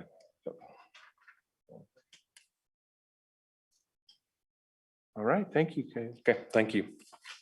Moving on to third or fourth discussion item this evening, which is House Bill 21004, timelines for budget preparation. Dr. Burke. Yeah, I'm going to turn this over to Doug. This is a bill that just got passed this session. So Doug, you want to tell us what's going on? Sure, thank you. This is one of those bills that leaves me scratching my head a little bit. I'm not sure what it's really going to accomplish. It's going to cost a lot of money to implement. When you figure all the additional notices to the papers and notification to property owners and such. The timeline doesn't seem to make sense to me either. But it looks like regardless, it's in law and we're going to have to follow it. In talking with my colleagues, it sounds like everybody agrees that it's nearly impossible to remain revenue neutral. And so I don't know of anybody that's going to even go that route. So we're all just going to assume that whatever we choose to levy is going to generate slightly more dollars than it did the year before. And to protect ourselves, we're going to do the publication as instructed, have the hearing, which the only good news is you can have both this hearing and your regular budget hearing in the same night. So you can combine the two. You can publish them both at the same time. But to me, your normal budget hearing should cover this. And if patrons have questions, that's their opportunity to speak and talk with the board about the mill levy and what's being raised. So they did the timeline here. You can see that July 20th is when the district needs to notify the county clerk if the taxes are going up. There's been years that we haven't even had the software from the state to even start on the budget. So, and there's a concern, there's not even a budget passed yet that I'm aware of in Topeka that who knows if they're gonna have the software ready by July 20th this year. I don't know. So I think it's gonna be a challenge. The other interesting thing is normally we try to have our budget hearing on or before August 25th, which is the old cutoff. This one, we can't even go before August 20th. If you're gonna exceed revenue neutral, the earliest you can have your budget hearing is August 20th. The latest you can have it is September 20th. So a tight window to turn it around.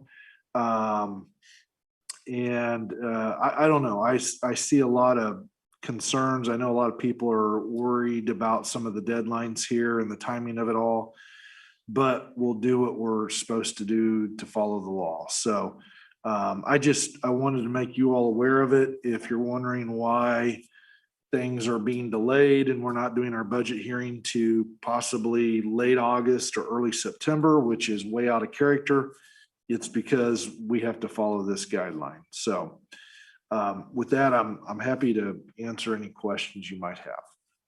You may not understand, I mean, maybe you do, revenue neutral. So basically it just says that we're not going to raise any money more than we did the year before. We could very easily lower the mill levy, which we've done year after year, but because of the assessed valuations of people's homes or businesses, that could still generate more money.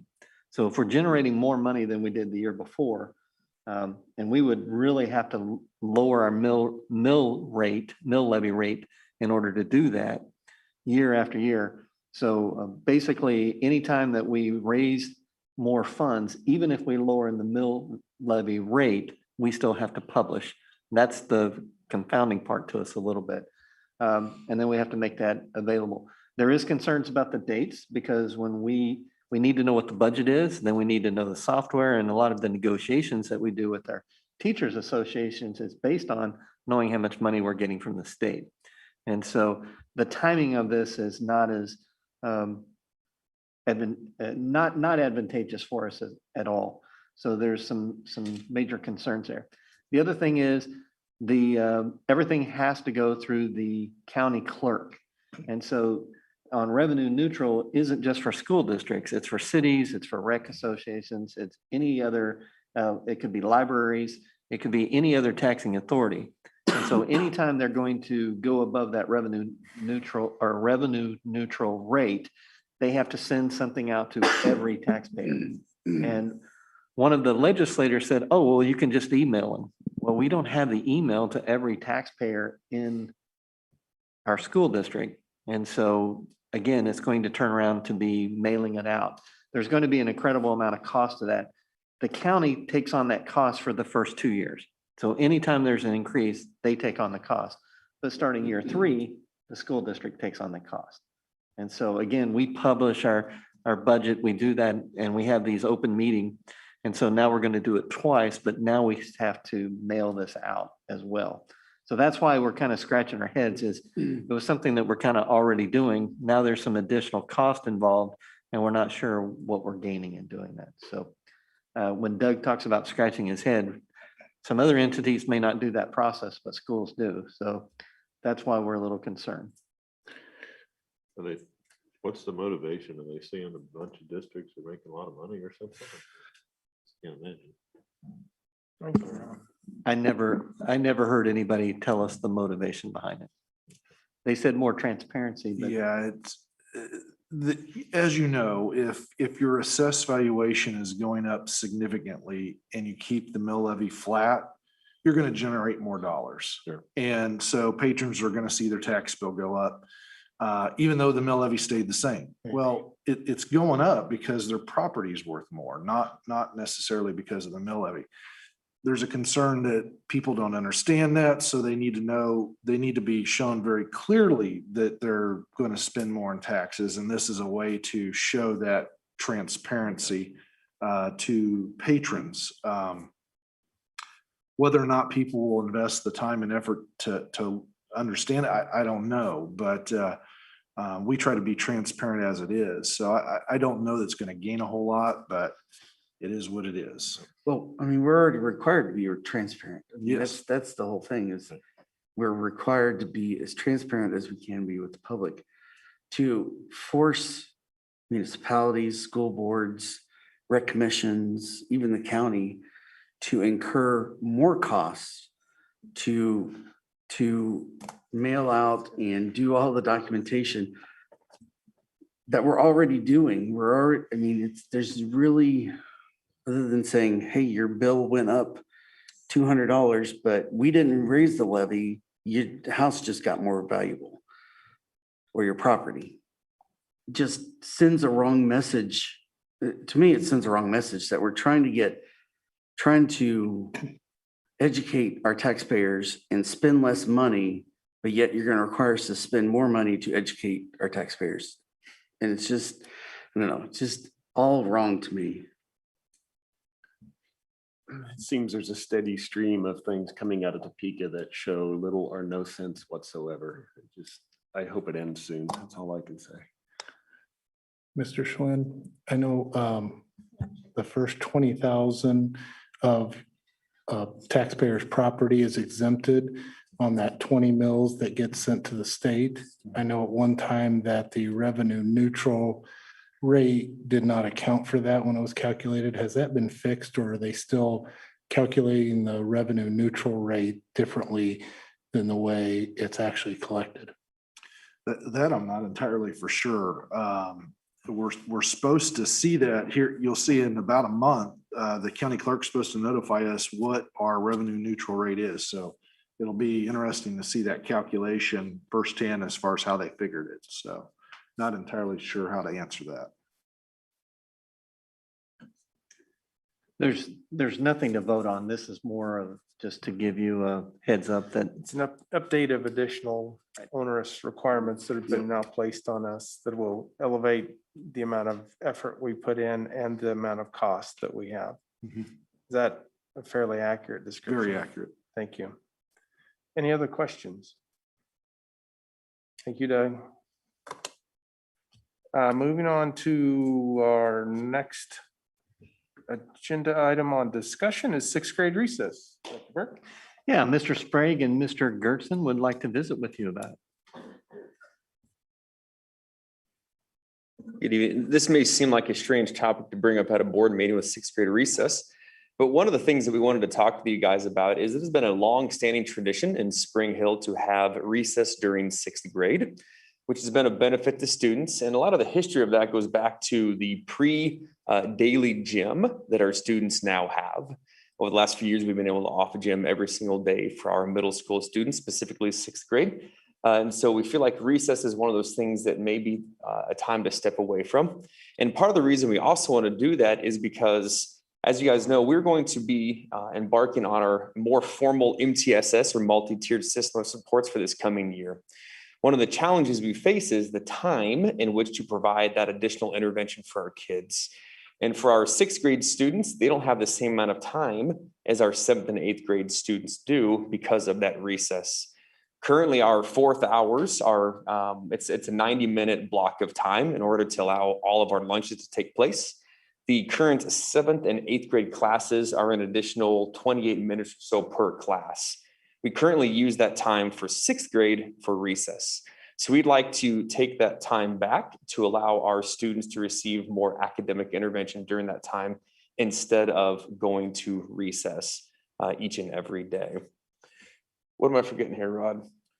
I don't know, you, Mr. Gerson as usual, took everything, so, but basically. That's a good thing, right? That is a good thing. Okay. But basically it's this, is there's always been value in having recess at middle school level. Want kids to have physical activity every day. Last 3 years, we've had PE every day for all of our kids, which is a big change. We also checked with the Olathe School District, the Blue Valley School District, Lewisburg, and Paola. None of those school districts have recess at the middle school level. So we want to make sure, number one, what's everybody else doing, that we're in line with them. The other piece is the social emotional piece. It's not only the physical activity, but the social emotional piece. We're hoping to build in some time to add in that social emotional time, some social emotional interventions, social emotional resources for students during the MTSS time, as well as we are adding a curriculum habitudes for all students to focus in on social emotional learning. So we think this is the right step to take. We feel like the benefits of providing that intervention support for our students is going to way outweigh what we would have had with recess. So, any questions? I assume it's one recess a day, and how long is it? It's about 15 minutes. 15 minutes. Just something that popped in my head. I mean, a lot of kids that age, are they allowed to take their cell phones to recess, and do they just, good, okay, that's what I'm curious, because I can see them all just sitting there on their phone. Yeah, no, we don't allow phones at recess. Good, okay. But they still get some kind of physical activity through gym, right? Right, they have PE every every day. single day. Okay. So they'll get 45 minutes of PE every day, and it's a pretty rigorous program.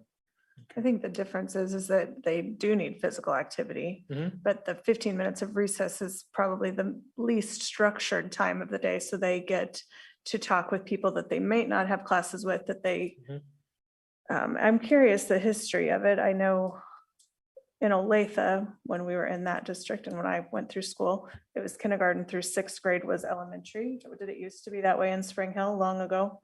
And then moved to middle school, 6, 7, 8?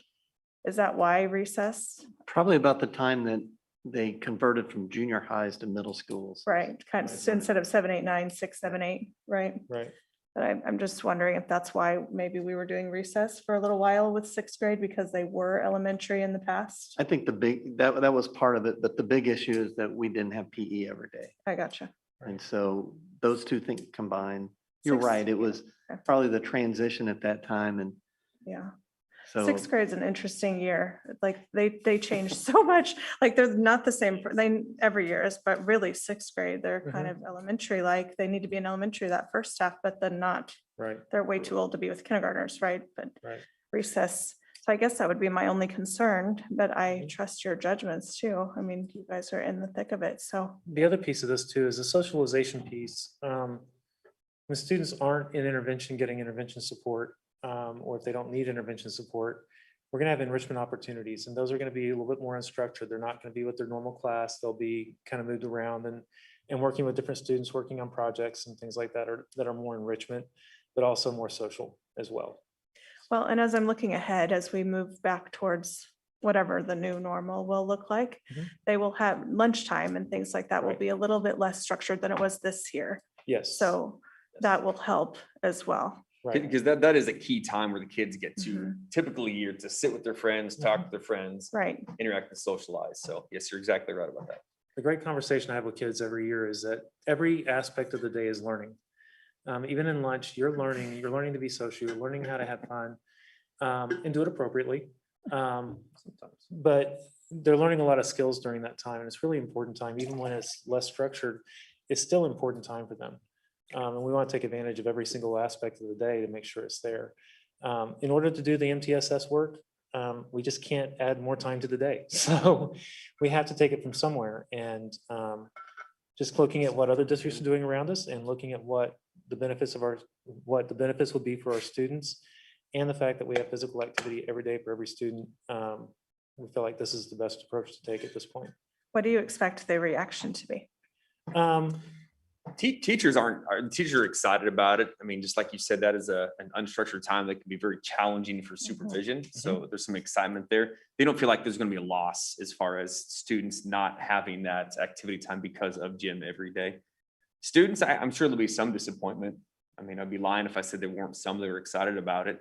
But that's one of the things we haven't been talking to kids as much about this year because we weren't quite sure what we're going to do with it. So Right. Well, and they've been very structured in whatever the recess looks like right now anyway. So in a way, it's been kind of a step towards that, even if that wasn't intentional. yes, yes. Any other questions? Discussion. Thank you. Thanks for the information. Thank you. All right, moving on to our final discussion item is graduation dates, times, and locations. Dr. Burke. Yeah, this is just for information. Insight is coming up soon. It'll be Saturday at 2:00. And so we'll be at Spring Hill High School to be outside. So Cassie would like to know if you're going to be there so that they can make arrangements to have place for you on the stage. And so you can send an email to Katie if you've not done so. I have everybody's responses and I'll get those over to Cassie tomorrow. And then the following Saturday at 10 a.m. is Spring Hill High School graduation. So we're going to be outside. We're kind of excited that we have unlimited tickets, so we'll be able to do that. We're very committed to having this graduation. So those of you with seniors, your schedule should. Did you say unlimited? Oh, tickets? I'm sorry. Was it 10 tickets? Yeah. I'm sorry. My fault. Say what? Let me restate that. Let me state that. At one point, we talked about unlimited and then I apologize. That's my fault. 10 tickets. 10 tickets. But I think if you're really, really concerned and you need an extra ticket, you might be able to talk to Mr. Williams, and there may be another family that doesn't need all 10 tickets. So he may be able to shuffle around that. I don't think he. Right. So we're very excited about it, but we're committed to having it. So if at 10 a.m., we're not able to do it at 10 a.m. because of the weather, we'll move it to 1. And then we'll move it, if again, we can't have it, we'll move it to 4 and then 7. And then we'll turn around on Sunday if we can't have it, and it'll be at 1 and 4 and 7.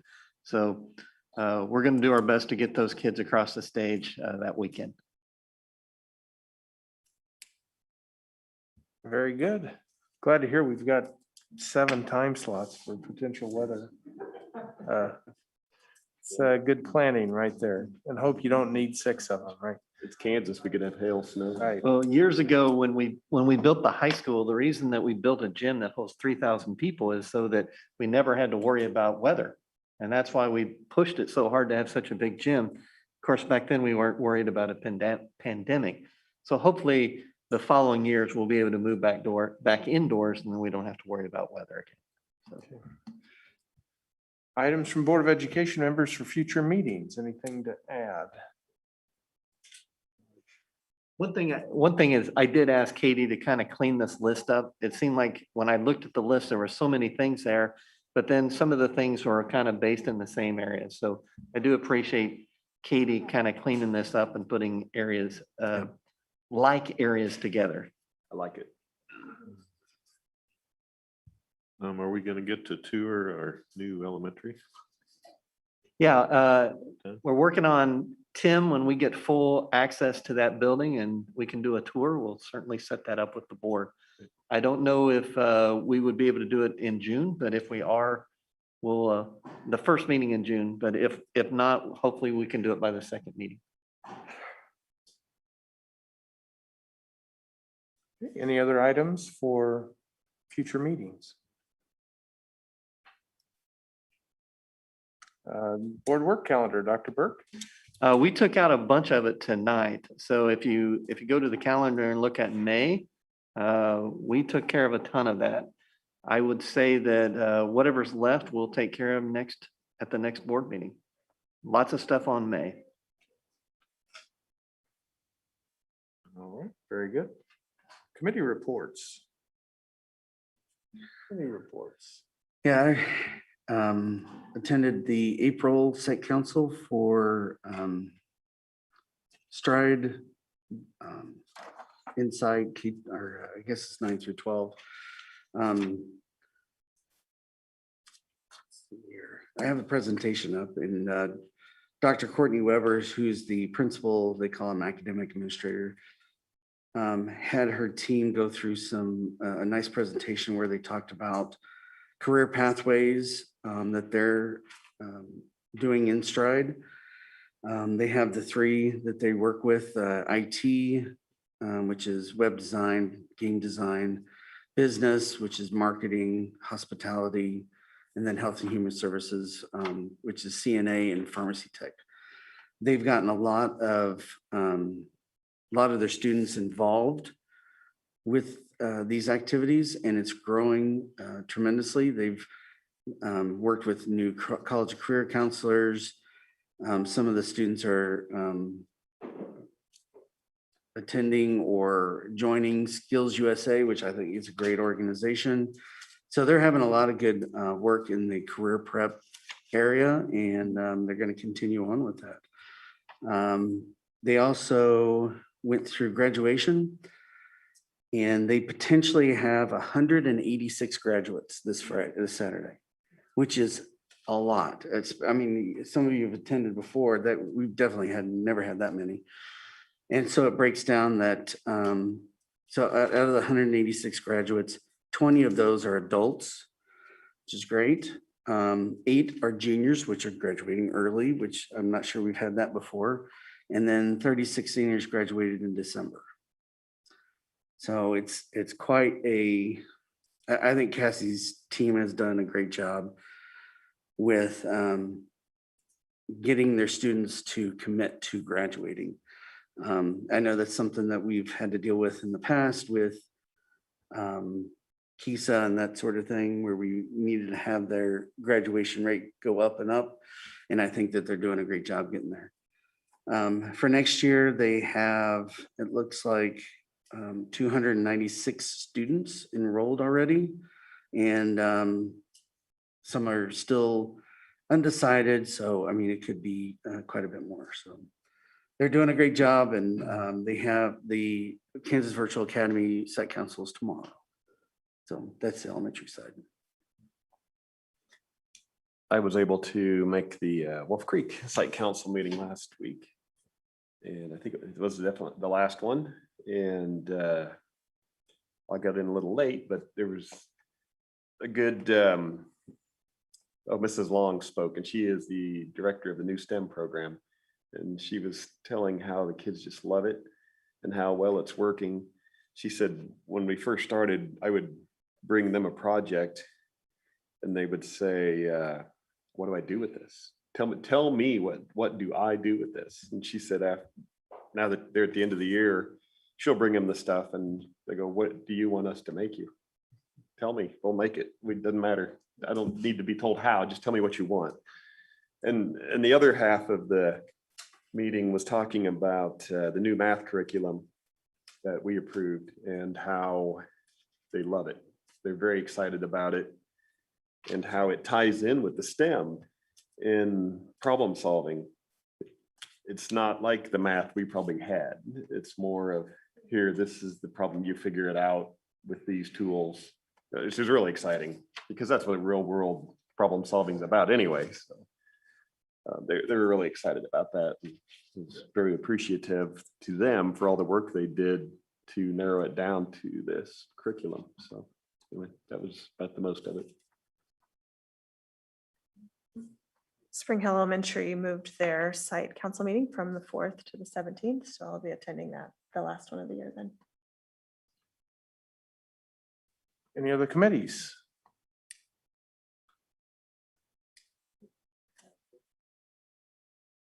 Moving on to superintendent's reports. Dr. Burke. Yeah, that insight is just amazing. So to be able to go out there and visit with some of these parents and families, they say over and over, if it wasn't for insight, my child, or as an adult, I would have never got across the stage. We had a 69-year-old grandmother a few years ago that graduated. That was pretty amazing. We had a lady that was battling cancer, 44 years old, and she didn't make it too many years after that. But that was something that was so important to her, is to be able to say to her children, I graduated high school. One thing that I'm so proud of Insight, we make them earn it. It's not a diploma factory. It's one of the things that Cassie and I constantly talk to our legislators about, that this program is special. And when we say special, they earn it. When they walk across the stage, there wasn't any shortcuts. There weren't anything that was given to them. These kids and these adults earned it. And so when they get that diploma, that's a real diploma. So appreciate all of you that can go. We know it's another day, but boy, it's just be able to sit with some of those kids and their parents and or some of those adults and hear those stories. It's just amazing. Darcy kind of talked about it, but on the 19th at Timber Sage, and I believe it's from 5:30 to 7, they're going to meet the principal. So that's the Dayton Creek principal. So that will be Darcy Sly. And then the next night at 5:30 at Timber Sage, it's meet the principal, which will be Mika Bauer. They're planning to do that outside. And if there's some kind of weather issue, they'll move it to the following week. And so I know that people are excited to get out and talk to them. We're still working on a ribbon cutting date for Dayton Creek. A lot depends on when we get full access, but we'll have a celebration just like when we did when we opened Timber Sage and when we opened Woodland Springs. So still waiting to get full access to those buildings and then be able to do that. So looking forward to that. The year's finishing up. It's one of those deals that it seems like the school year drags from the beginning of the school year till Halloween. And then it seems to just fly from Halloween to the Christmas and winter holidays. And then it seems to drag until spring break, and then spring break till now it sprints. I know that there's 4 of you that have seniors, and it seems like the year just started yesterday. And so having been there, I can tell you that you wake up one day and you're like, I have a whole year, and the next thing you know, it's right upon you. It goes really fast. So I encourage all senior parents, if you can hold them down long enough to enjoy that little bit of time that you have with them, because they're going to want to spend time with their friends, and the summer will even go faster. We'll have finals, we'll have graduation, and then we'll have the rest of the year, and then it'll be over. Just reminding the public, mitigation ends on the 26th. So starting on the 27th, we won't have any mitigation. And so that means if somebody wants to wear a mask, that's fine. If they want to do social distance, that's fine. That's just not going to be, when we start summer weights in that conditioning, we will not have those mitigations. So please plan accordingly. I am excited that we met with the secondary principals, and we are separating the high school from the middle school, and we're going to have weights and conditioning. Not because we didn't want the kids with them. It's just both of those programs are getting so big that they felt like the middle school said, we want to have our own weights and our own conditioning, and we had the staff to do it. And the high school felt like this will give more of their staff an opportunity to concentrate on more kids. So it's upon us. And then before too long, we'll be talking about August and getting the start of school. So we're certainly planning for a good, solid opening and getting through the summer. So with that, I'll finish my report. Very good. Thank you. Next agenda item is actually adjournment. Move to adjourn. So I have a second to adjourn. All in favor? Aye. Aye.